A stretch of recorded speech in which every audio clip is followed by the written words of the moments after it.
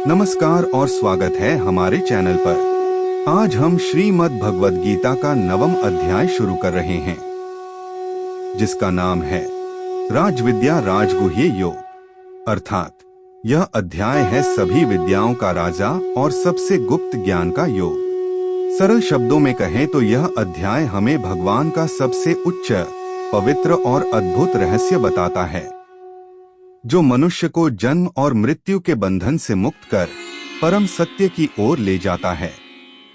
आगे बढ़ने से पहले आपसे निवेदन है कि चैनल को सब्सक्राइब जरूर करें, ताकि आने वाले अध्यायों की यह दिव्य यात्रा आपसे छूट न जाए। इस अध्याय में भगवान श्री कृष्ण अर्जुन को समझाते हैं कि वे ही समस्त सृष्टि के आधार हैं। वे ही पिता, माता, धाता और पालनहार हैं। वेद, यज्ञ, ओंकार, अग्नि और आहुति सब उन्हीं का स्वरूप है। भगवान कहते हैं कि वे सब जगह समान रूप से स्थित हैं, परंतु जो भक्त उन्हें प्रेम और श्रद्धा से भजते हैं, वे विशेष रूप से उनके प्रिय हो जाते हैं। इस अध्याय का सबसे बड़ा संदेश है कि यदि कोई भक्त तन मन धन से भगवान को अर्पण कर देता है, तो भगवान उसके जीवन का भार स्वयं उठा लेते हैं। चाहे वह कोई भी हो, स्त्री, वैश्य, शूद्र या यहाँ तक कि नीच कुल में जन्मा हुआ भी क्यों न हो, यदि वह सच्चे मन से शरणागत होता है, तो वह परम धाम को प्राप्त करता है। भगवान अर्जुन से कहते हैं, जो मुझे पत्र, पुष्प, फल या जल भी प्रेम से अर्पित करता है, मैं उस भक्त का अर्पण प्रेम पूर्वक स्वीकार करता हूँ। और अंत में भगवान यह भी स्पष्ट करते हैं कि हे अर्जुन, तू मेरा स्मरण कर, मेरा भक्त बन, मुझे प्रणाम कर और मेरी शरण ले। इस प्रकार तू निश्चित रूप से मुझे ही प्राप्त होगा। तो आइए हम सब मिलकर सुनते हैं भगवान के इन दिव्य उपदेशों को और अपने जीवन को उनकी अमर ज्योति से आलोकित करते हैं। जय श्री कृष्ण। इस अध्याय में भगवान ने जो उपदेश दिया है, उसे उन्होंने सभी विद्याओं का तथा समस्त गुप्त रखने योग्य भावों का राजा बताया है। इसी कारण इस अध्याय का नाम राजविद्या राजगुह्य योग रखा गया है। प्रसंग 7वें अध्याय में प्रारंभ किए गए विज्ञान सहित ज्ञान का पूर्ण वर्णन न होने के कारण उसी विषय को स्पष्ट रूप से समझाने के उद्देश्य से भगवान इस 9वें अध्याय का आरंभ करते हैं। साथ ही 7वें अध्याय में दिए गए उपदेश के साथ इसका घनिष्ठ संबंध दिखाने के लिए पहले श्लोक में पुनः उसी विज्ञान सहित ज्ञान का वर्णन करने का संकल्प करते हैं। श्री भगवान बोले, हे दोष दृष्टि रहित भक्त, तेरे लिए मैं इस परम गोपनीय विज्ञान सहित ज्ञान को पुनः भली भांति कहूँगा। इसे जानकर तू दुख रूप संसार से मुक्त हो जाएगा। यह विज्ञान सहित ज्ञान सभी विद्याओं का राजा है, सभी गुप्त बातों का राजा है। यह अत्यंत पवित्र, उत्तम, प्रत्यक्ष फल देने वाला, धर्मयुक्त, साधन करने में सरल और अविनाशी है। हे परंतप, जो पुरुष इस उपयुक्त धर्म में श्रद्धा नहीं रखते, वे मुझे न प्राप्त होकर मृत्यु रूप संसार चक्र में निरंतर घूमते रहते हैं। यह संपूर्ण जगत मुझ निराकार परमात्मा से जल में बर्फ के समान परिपूर्ण है। सब प्राणी मेरे संकल्प पर आधारित हैं, किंतु वास्तव में मैं उनमें स्थित नहीं हूँ। वे सब भूत मुझ में स्थित नहीं हैं। मेरी ईश्वरीय योग शक्ति को देख, भूतों का धारण और पोषण करने वाला तथा भूतों को उत्पन्न करने वाला मैं ही हूँ। फिर भी मेरा आत्मा वास्तव में उनमें स्थित नहीं है। जैसे आकाश से उत्पन्न होकर सर्वत्र विचरने वाली महान वायु सदा आकाश में ही स्थित रहती है, वैसे ही मेरे संकल्प से उत्पन्न हुए सभी भूत मुझ में स्थित हैं। यह जान, हे अर्जुन, कल्पों के अंत में सभी प्राणी मेरी प्रकृति में लीन हो जाते हैं और कल्पों के प्रारंभ में मैं ही उन्हें पुनः रचता हूँ। अपनी प्रकृति को अंगीकार कर स्वभाव के बल से परतंत्र हुए संपूर्ण प्राणियों को मैं उनके कर्मों के अनुसार बार बार रचता हूँ। हे अर्जुन, कर्मों में आसक्ति रहित और उदासीन के समान स्थित मैं परमात्मा उन कर्मों से बंधता नहीं हूँ। हे अर्जुन, मेरे अधिष्ठाता होने पर ही प्रकृति इस चराचर सहित संपूर्ण जगत की रचना करती है। इसी कारण संसार चक्र घूमता रहता है।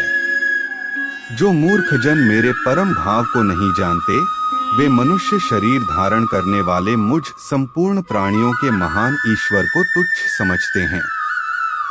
अपनी योग माया से संसार के उद्धार के लिए मनुष्य रूप में विचरते हुए मुझे वे साधारण मनुष्य मानते हैं। ऐसे अज्ञानी, व्यर्थ आशा और व्यर्थ कर्म करने वाले विक्षिप्त चित्त लोग राक्षसी, आसुरी और मोहिनी प्रकृति को ही धारण करते हैं। परंतु हे कुंती पुत्र, दैवी प्रकृति का आश्रय लेने वाले महात्मा मुझे सभी प्राणियों का सनातन कारण और अक्षर स्वरूप जानकर अनन्य मन से निरंतर भजते हैं। वे दृढ़ निश्चय वाले भक्तजन निरंतर मेरे नाम और गुणों का कीर्तन करते हुए, मेरी प्राप्ति के लिए यत्न करते हुए मुझे बार बार प्रणाम करते हैं और अनन्य प्रेम से मेरी उपासना करते हैं। अन्य ज्ञान योगी मुझ निर्गुण निराकार ब्रह्मा का ज्ञान यज्ञ द्वारा अभिन्न भाव से पूजन करते हुए भी मेरी उपासना करते हैं। और कुछ अन्य लोग विभिन्न प्रकार से स्थित मेरे विराट स्वरूप परमेश्वर की पृथक भाव से उपासना करते हैं। ऋतु मैं हूँ, यज्ञ मैं हूँ, स्वधा मैं हूँ, औषधि मैं हूँ, मंत्र मैं हूँ, घृत मैं हूँ, अग्नि मैं हूँ और हवनरूप क्रिया भी मैं ही हूँ। मैं संपूर्ण जगत का धारण करने वाला, कर्मों के फलों का देने वाला, पिता, माता, पितामह, जानने योग्य पवित्र ओंकार तथा ऋग्वेद, सामवेद और यजुर्वेद भी मैं ही हूँ। मैं ही प्राप्त होने योग्य परम धाम, भरण पोषण करने वाला, सबका स्वामी, शुभ अशुभ का दर्शक, सबका वासस्थान, शरण देने योग्य, हित करने वाला, उत्पत्ति प्रलय का कारण, स्थिति का आधार, निधान और अविनाशी कारण भी हूँ।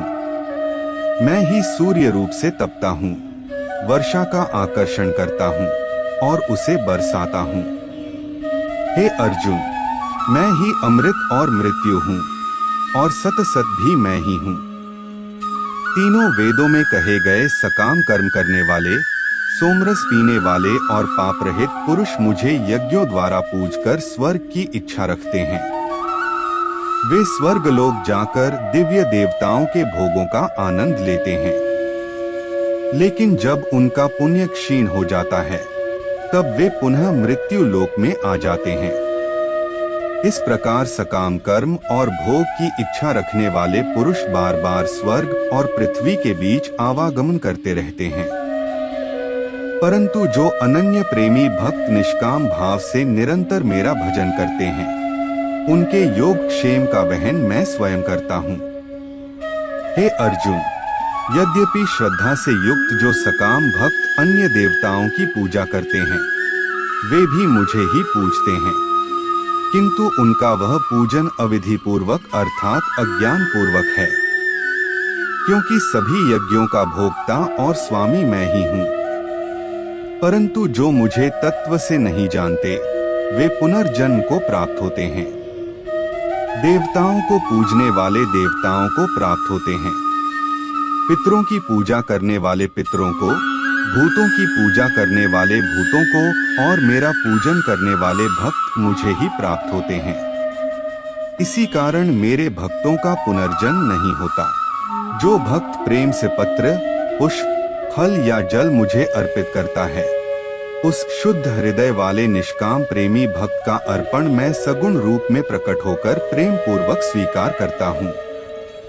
हे अर्जुन, तू जो कर्म करता है, जो खाता है, जो हवन करता है, जो दान देता है और जो तप करता है, वह सब मेरे अर्पण कर। इस प्रकार जिसमें समस्त कर्म मुझ भगवान को अर्पित होते हैं, ऐसे संन्यास योग से मुक्त होकर तू मुझे ही प्राप्त होगा। मैं सभी प्राणियों में समान रूप से व्यापक हूँ। कोई मेरा अप्रिय नहीं और न प्रिय, परंतु जो भक्त मुझे प्रेम से भजते हैं वे मुझ में स्थित हैं और मैं भी उनमें प्रकट रूप से विद्यमान हूँ। यदि कोई अत्यंत दुराचारी भी अनन्य भाव से मेरा भक्त होकर मुझे भजता है तो वह साधु ही मानने योग्य है, क्योंकि उसने दृढ़ निश्चय कर लिया है कि परमेश्वर भजन से श्रेष्ठ कुछ भी नहीं है। वह शीघ्र ही धर्मात्मा हो जाता है और सदा रहने वाली परम शांति को प्राप्त करता है। हे अर्जुन, तू निश्चय पूर्वक जान ले कि मेरा भक्त कभी नष्ट नहीं होता। हे अर्जुन, स्त्रियां, वैश्य, शूद्र और यहाँ तक कि पापियोनी, चांडाल आदि भी यदि मेरी शरण आते हैं तो वे भी परमगति को प्राप्त होते हैं। फिर पुण्यशील ब्राह्मण और राजर्षि भक्तों की तो बात ही क्या है, वे तो मेरी शरण में आकर निश्चय ही परमगति को प्राप्त होते हैं। अतः हे अर्जुन, सुखर हित और क्षण भंगुर इस मानव शरीर को प्राप्त करके तू निरंतर मेरा ही भजन कर, मुझ में मन लगा, मेरा भक्त बन, मेरा पूजन कर और मुझे प्रणाम कर। इस प्रकार आत्मा को मुझ में नियुक्त कर, मेरे परायण होकर तू निश्चित रूप से मुझे ही प्राप्त होगा। और इस प्रकार समाप्त होता है श्रीमद् भगवद गीता का 9वां अध्याय, राजविद्या राजगुह्य योग। इस अध्याय में भगवान श्री कृष्ण ने हमें सबसे पवित्र और गुप्त ज्ञान का उपदेश दिया। उन्होंने बताया कि वे ही समस्त जगत के आधार, पिता, माता, धाता और पालनहार हैं। उन्होंने यह भी सिखाया कि जो भक्त प्रेम और श्रद्धा से पत्र, पुष्प, फल या जल भी अर्पित करता है वह उन्हें अत्यंत प्रिय होता है। भगवान ने स्पष्ट कहा कि जो अनन्य प्रेम से उनका स्मरण करता है, उनकी शरण में आता है और स्वयं को पूर्णतः समर्पित कर देता है, वह भक्त परमधाम को प्राप्त होकर जन्म मरण के चक्र से सदा के लिए मुक्त हो जाता है। आशा है कि इस अध्याय के माध्यम से आपने जीवन के सर्वोच्च लक्ष्य और उसे पाने का सच्चा मार्ग समझा होगा। यदि आप श्रीमद् भगवद गीता के अन्य अध्याय सुनना चाहते हैं तो हमारे चैनल पर उपलब्ध प्लेलिस्ट देखें और इस दिव्य ज्ञान की यात्रा को निरंतर आगे बढ़ाएं। ऐसे ही प्रेरणादायक और भक्तिमय वीडियो पाने के लिए कृपया हमारे चैनल को लाइक, शेयर और सब्सक्राइब करना न भूलें। हमारे साथ जुड़े रहने के लिए आपका हृदय से धन्यवाद। हरे कृष्ण।